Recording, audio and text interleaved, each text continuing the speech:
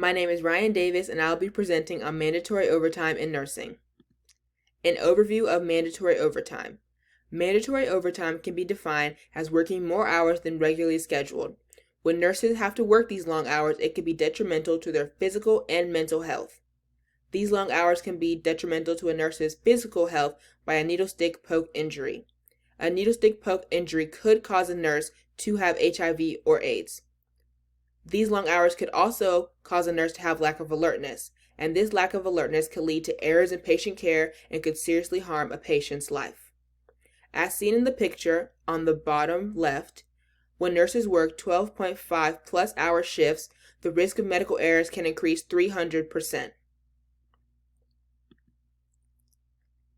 In the year 2000, the American Nurses Association, ANA, recommended a study that showed the impact of mandatory overtime on registered nurses and their patients. In this study, federal legislation tried to be passed and tried to regulate mandatory overtime. But most federal legislation that was trying to be passed did not go through. As seen in the quote, it joined a succession of other nurse-friendly bills addressing the current staffing crisis and emerging nursing shortage.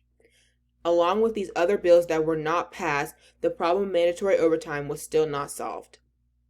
And in this map, on the left side, you can see the states that do have pending legislation, enacted legislation, and pending legislation with current legislation in place. Solutions tried. One solution tried has been voluntary overtime. Voluntary overtime can allow nurses a choice for overtime. It can also give nurses extra money and more job experience. Shown in the graph below, you can see the difference between mandatory overtime and voluntary overtime and the hours of weekly overtime and how they differ. The problem with voluntary overtime is that people don't want to sign up for overtime. After being in the hospital for more than 12 hours every day, nurses don't want to sign up for more hours. Also, there are government limits set for voluntary overtime and how much a nurse can work extra. So, if there are limits, then not enough people can sign up, still causing the problem of mandatory overtime. Another solution tried to fix the problem of mandatory overtime is improving working conditions. Improving working conditions can make people want to volunteer for overtime and could help nurses enjoy work. The problem with this solution is that improving working conditions costs money. And there are so many hospital budget cuts, the hospitals do not have the money to make the workplace better. This also generates larger costs than savings. My proposition is that hospitals should rework their budget cuts and thoughtfully schedule their nurses. As seen on the left side, you can see this chart graph that shows what reworking hospital budget cuts could do to a hospital. Components of the proposition. The first component would be gathering support for the cause of mandatory overtime. Gathering support could be from posting on social media and even involving local legislation, which is also in the next step. Involving these people and explaining the detriments of mandatory overtime could allow people to want to help the cause and support it.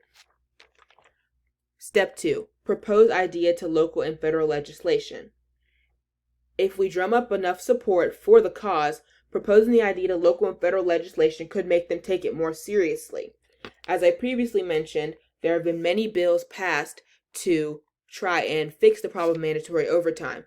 But since a lot of people and a lot of government officials don't really know the detriments of mandatory overtime, explaining to them in depth and really getting support for that could help local and federal legislation really grab onto the idea and get those laws passed. Step 3, getting funding. Getting funding for any issue is really hard, but I think if we drum up enough support for this issue, we can get funding. That funding can be from federal legislation if this proposal is passed, but this can also be from nursing organizations, such as the American Nursing Association, which is an association of nurses that could bring in money and donors for this cause. Step 4, thoughtfully scheduling nurses. Thoughtfully scheduling nurses would prevent mandatory overtime. If each nurse was put in a certain spot on every day of the week that they had to work, this would prevent nurses from having to even work overtime and even having to sign up for voluntary overtime. Why is this a good solution? This is a good solution because it would completely rid mandatory overtime. It would also save hospitals a lot of money. If we stop having to pay nurses to work overtime, this could save hospitals a lot of money to even buy new equipment and to help nurses take better care of their patients. If we get rid of mandatory overtime, this can also help nurses enjoy working more. Nurses probably already dread going to work every day knowing they're going to have to work 12 plus hours. But if we get rid of mandatory overtime, nurses could enjoy working better, and this could also improve the quality of patient care. Feasibility. We would first have to acquire donors. Acquiring donors can be hard, but if we drum up support, this could make the donors want to donate more.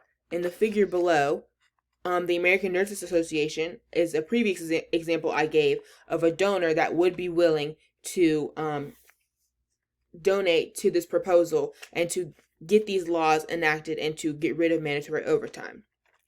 Beginning in a smaller area. As you can see in the top right with this map, these are the places in the United States that have laws preventing mandatory overtime in the red.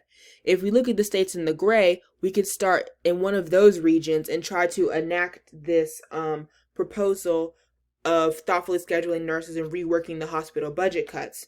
And if we try that, we can see how this plan works out and what we can do to make it work better.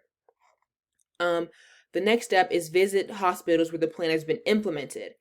Like I said before, if we go to these places that we have implemented this plan, we can kind of see how the plan is working, see what we need to change, what we can fix, and how the plan is all coming together. And the last step in feasibility is to evaluate the plan. When we evaluate this plan, we can sit down with our donors, with the federal legislation, and even the local legislation, and just look and see how this plan is working out. Is it working? Is it not working? We can talk to the people who are thoughtfully scheduling these nurses and ask, are the nurses happier? Are they less tired? Like, is this plan actually working? Call to action.